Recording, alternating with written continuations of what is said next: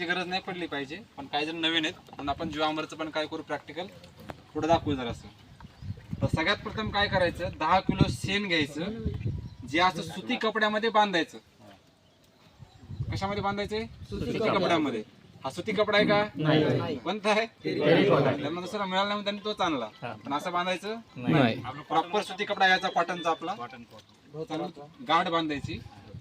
अशी गाठ बांधून सुती कपड्यामध्ये शेणाचं काय करायचं, गठोडं त्याच्यामध्ये टाकून द्यायचं. आता घ्या इकडे गुरुजी, काहीच करायचं नाही, सरळ पकडायचं, सरळ ह्याला सोडून द्यायचं.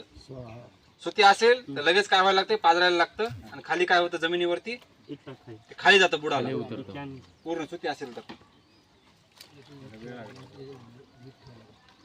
नाही जात ऑटोमॅटिक. 2 दिवस काय होतं, हे खाली राहतं बुडाला. 2 दिवसानंतर काय होतं, असं ते वर ऑटोमॅटिक येतं. वर आलं की त्याला काय करायचं, फक्त असं पिळायचं नॉर्मल 1-2 वेळेस बस. त्यातला काय होतं, जीवाणू काय होतात, बाहेर येतात. शेण डायरेक्ट काबर नाही टाकायचं, कारण ड्रीप मधून सोडताना तुम्हाला काय होणार नाही, त्रास होणार नाही. जीवामृत देखील काय होतं, उत्तमरित्या बनतं, काही बिलकुल त्रास होत नाही. डोक्यात ठेवा, डायरेक्ट टाकून द्यायचं आतमध्ये. आता हे गेलं खाली, याच्यानंतर काय टाकायचं मधामध्ये, गोमूत्र. गोमूत्र किती टाकायचंय, 5 लिटर. 5च का बरं, 10 का बरं नाही, कारण गोमूत्र काय तीक्ष्ण आहे, उष्ण आहे. आणि जर आपल्याला गोमूत्र जमिनीमध्ये एक्स्ट्रा कंटेंट म्हणून द्यायचं तर काय कसं दिलं पाहिजे, ड्रिप वर स्वतंत्र दिलं पाहिजे ड्रिप मधून. आलं लक्षात? किती देऊ शकतो माऊली ते? एकरी 20 लिटर. किती किती दिवसाच्या अंतराने? आज सोडलं तर 5 दिवसांनी सोडा ना, काही अडचण नाही त्याला. काही शेतकरी आपले असे आहेत, एकरी 40 लिटर देखील सोडतात, कारण त्यांच्याकडे गाई काय आहेत, भरपूर आहेत.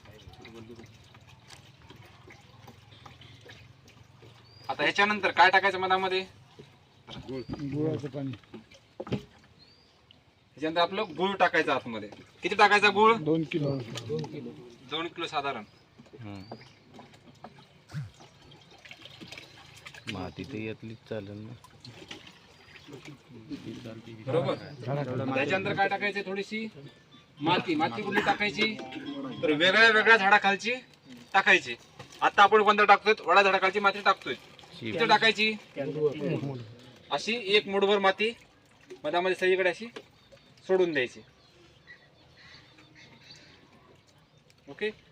गुळ जर कमी झाला तर चांगल्या क्वालिटीचं जीवामृत तयार होत.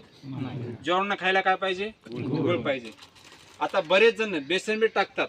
बेसन मीठ टाकायचंय का, काय टाकायला पाहिजे, दही. दही किती टाकायचं, साधारण 1 लिटर टाकून द्यायचं आतमध्ये, सोडून द्यायचं असं डायरेक्टली. दह्यामध्ये अनारोबिक जीवाणू असतात, जे ऑक्सिजन शिवाय देखील काम करतात चांगल्यापैकी.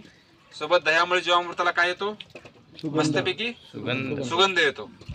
आणि सुगंध आल्यामुळे जमिनीमध्ये काय होतं, कोणता जीव वाढतो, ऍक्टिनोमायसिटीज. हा, ऍक्टिनोमायसिटीज वाढला, चांगल्या प्रकारचे पांढरे गांडूळ शेतामध्ये काय होतात, तयार वाढतात. शेतामध्ये कोणते गांडूळ पाहिजे आपल्याला, पांढरे गांडूळ. सध्या लाल गांडूळ आहेत. लाल गांडूळ काय करतात, शेतामधली दुर्गंध खातात. शेतामध्ये सध्या काय दुर्गंध, शेतामध्ये काय पाहिजे, सुगंध पाहिजे, त्यासाठी पांढरे गांडूळ पाहिजे. गुळाचं पाणी मला शिल्लक राहिलेलं. हे झालं आपलं. आता काय तयार झालं, जीवामृत. किती दिवसामध्ये तयार होतं, 4 किंवा 5 दिवसामध्ये तयार होतं चांगल्या क्वालिटीचं. आणि लगेचच काय करायचं, वापरायचं. जास्त दिवस ठेवायचं नाही. बरेच लोक म्हणतात बरेच दिवस टिकतं म्हणून ठेवायचं का, जितके दिवस आपण जास्त ठेवू त्याच्या जीवाणूचा काउंट काय होतं, हळूहळू कमी होतं. म्हणून लवकरात लवकर वापरायचं, डोक्यात ठेवा.